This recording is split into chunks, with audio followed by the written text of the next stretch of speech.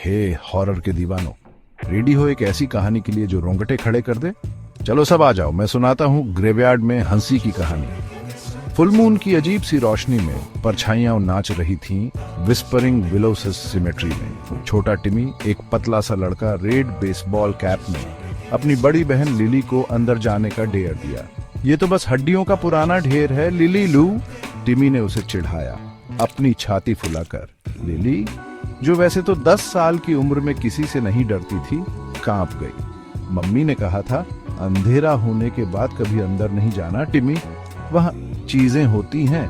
अचानक कब्रों के बीच से एक धीमी पतली सी खिलखिलाहट गूंजी। ही टिमी की सारी बहादुरी पिघल गई। वो क्या था? उसने धीरे से कहा, आंखें फैलाए हुए।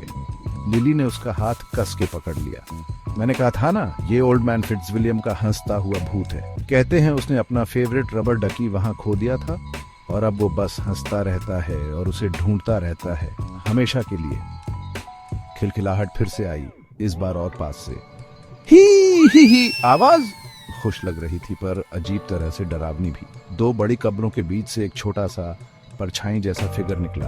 वो गोल सा था और उसकी 2 छोटी छोटी चमकती हुई आंखें थी। बस वही है, टिमी चीखा।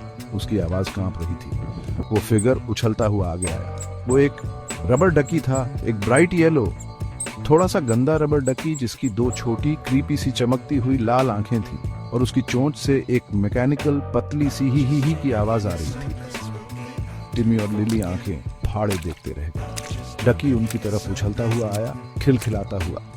ये तो बस एक खिलौना है, लिली ने हैरानी से कहा।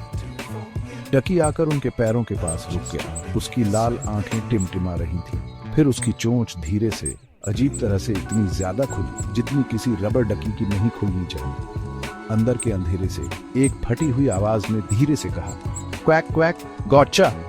टिमी और लिली चीखे, पलटे और जितनी तेज हो सके भागे। डकी की चमकती आंखें और मैकेनिकल ही की आवाज शांत चांदनी रात वाले ग्रेवयार्ड में धीरे धीरे गायब हो गई। सीनेट।